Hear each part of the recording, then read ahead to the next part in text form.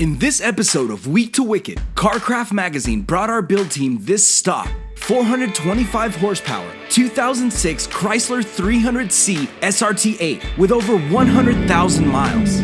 We'll have 1 week to use parts from rockauto.com to build this one-of-a-kind, smog-legal, daily driver hot rod that will cost a fraction of a used Hellcat or ZL1. Enter to win this completed car at hotrod.com/W2W. All right, so it's the morning of day one, and we're starting off with something a little bit different, a modern car. We got a whole lot of stuff to throw at it, from power additives, suspension, brakes. But before we do that, we need to take this thing for a drive. I want to see how it feels, kind of see what kind of power we're working with. So Johnny, what do you say we get in this thing and take it out? Yeah, let's go ahead and do it, man. See how you like it.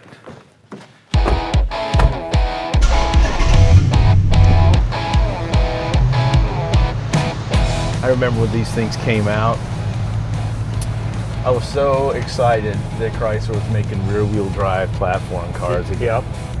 It was like, well, we get to go back to the old days again now. You, with CarCraft, what was your vision behind this particular car? Well, I've always wanted one of these cars, and I always kind of felt that Chrysler was left out. Chrysler never got a Hellcat engine. Mm-hmm. And so here we have a chance to take an SRT8 and put a blower on it and kind of get in that Hellcat range, if you will. It's not going to be quite 707 horsepower, but it'll be pretty darn close. Yeah. I've always wanted to build a car like this because, you know, it's 12 years old. Mm-hmm. They're perfect for grabbing a really inexpensive car that you can not only hot rod, but you can drive it every day. Sure. It's gonna be 50 state legal when we're done. Right. Yeah, and that's it, like you said, it's a car that the upgrades we're putting on this car is not like, okay, it's a weekend only car. You can still drive this to work every day. Yeah. Pull in and get gas anywhere you want. Oh, absolutely. So basically what you're telling me is when you sit down and you got your pie and that waitress looks at you and says, you know what, I'm gonna put an extra cherry on top for you guys. Yeah, right. Is that kind of what we're doing here? That's exactly what we're doing, Jason. All right, well. Yeah. I mean, it's definitely got horsepower. It's got some power, man. You know, it's got some snot under the hood. I'm used to starting off these cars with, you know, an old classic truck or something that, you know, barely gets out of its own way, and there's certainly people behind me honking their horns because they want to go around me, but I'm not going to let them around me because the steering's so loose that I'm kind of all over the road. It's wandering. It's just sort of guiding it. Yeah.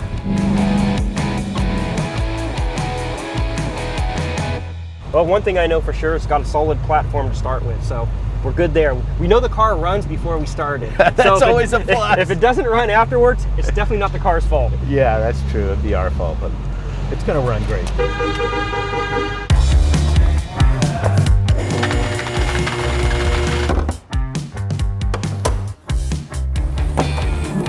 So we're going to disconnect the ground.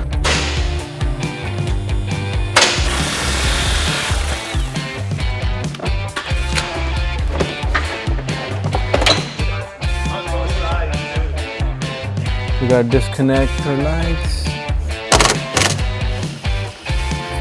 Okay, so we got all these to do. Yeah, it says to get the cover off.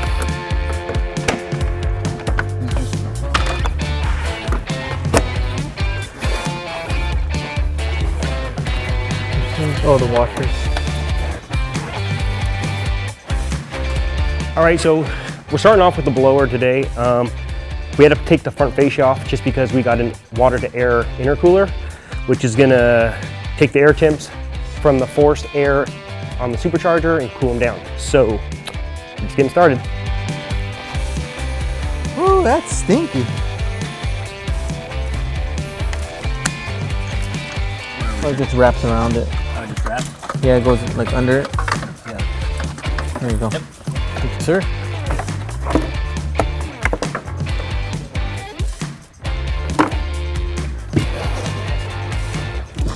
Oh man, those are tight. Tight on there, huh? Yeah, I'm gonna get.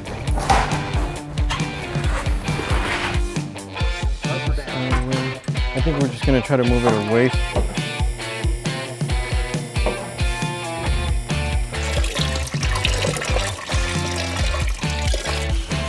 The reason I put Christian in charge of day one is I knew there'd be a lot of coolant dripping. I don't want to be anywhere near it. Dripping all right. Oh, there it goes. Whee!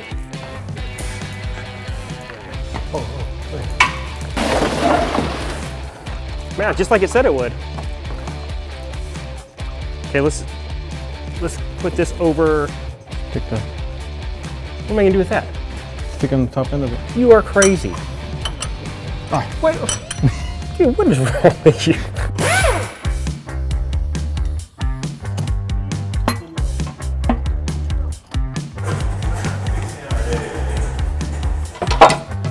Keep going, keep going.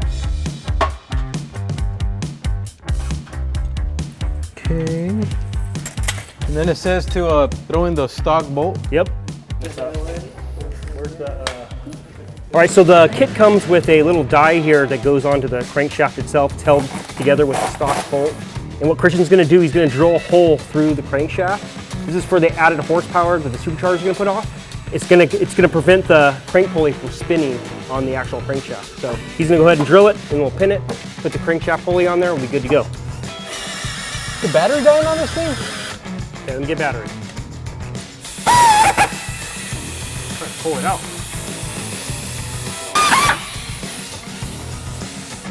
Well, I broke the drill bit inside the jig. The drill bit's like this long and it twisted real easy. So let's just take this thing and let me mark this thing, I'll take it off. Let me get a good drill bit.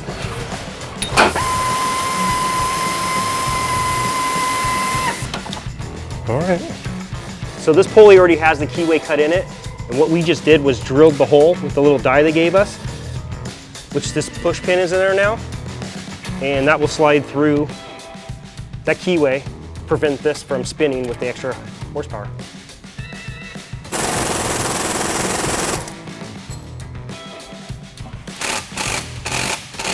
We can take that off too. I'm just going through what the book is telling me. No, that's to fine. Let's remove. go step by step. Are we putting different injectors, bigger injectors? Yes.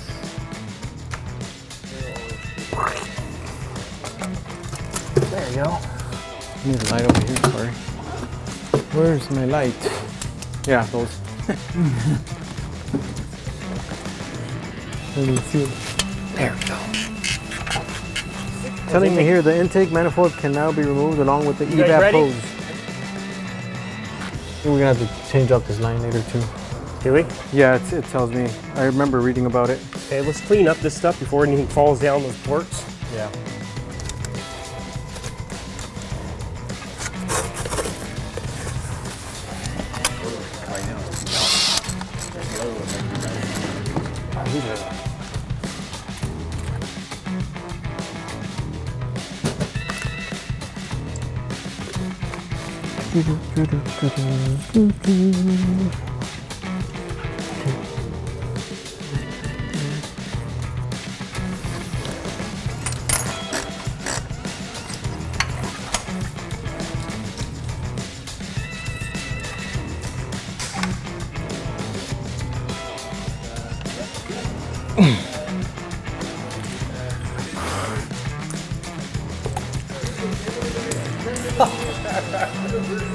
What are these? No, that's the buttholes. These are the Fuel rail? ejectors. Yeah, these are injectors.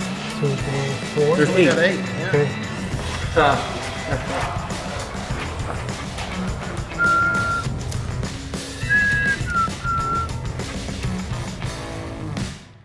All right, the guys are getting ready to throw the supercharger on, and obviously with all that forced air, we're gonna have to add more fuel. The kit comes with new fuel rails, bigger injectors, and a fuel pump, so let's get busy. I'm good up here. Maybe adjust my gasket here. I broke some. Just kidding. This is provided in the kit. These are little sliders, and they actually go underneath the snout of the blower to add a little bit of support for the overhang. So you just kind of snug them up in there. Once it's touching, tighten them up. We're good to go.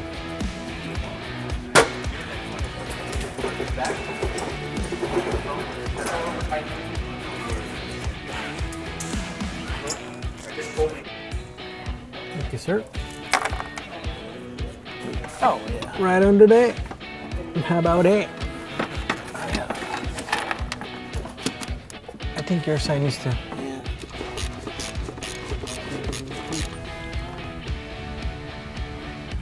Put it there.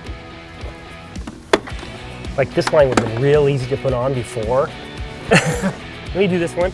I want to hear that. I just want to hear that sound.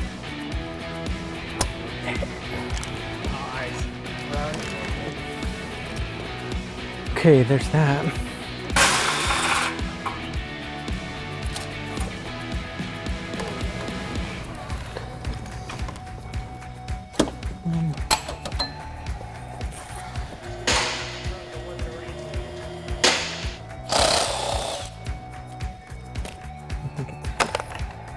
That grommet was catching.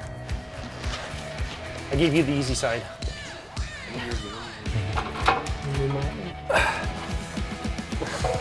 Okay, go in.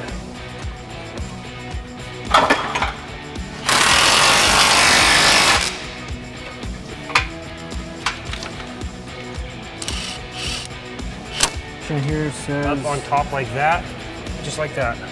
okay.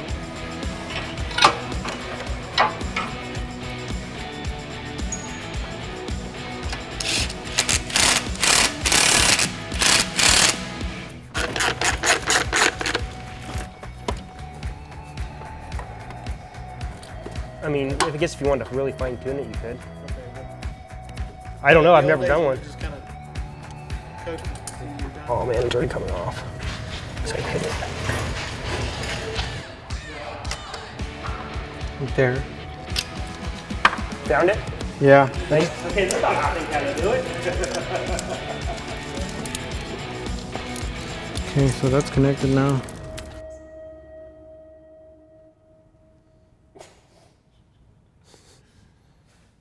All right, so it's the end of day one. Supercharger's installed, intercooler's plumbed. Got a few loose ends to wrap up tomorrow morning, but we're looking pretty good, and then we'll head into suspension.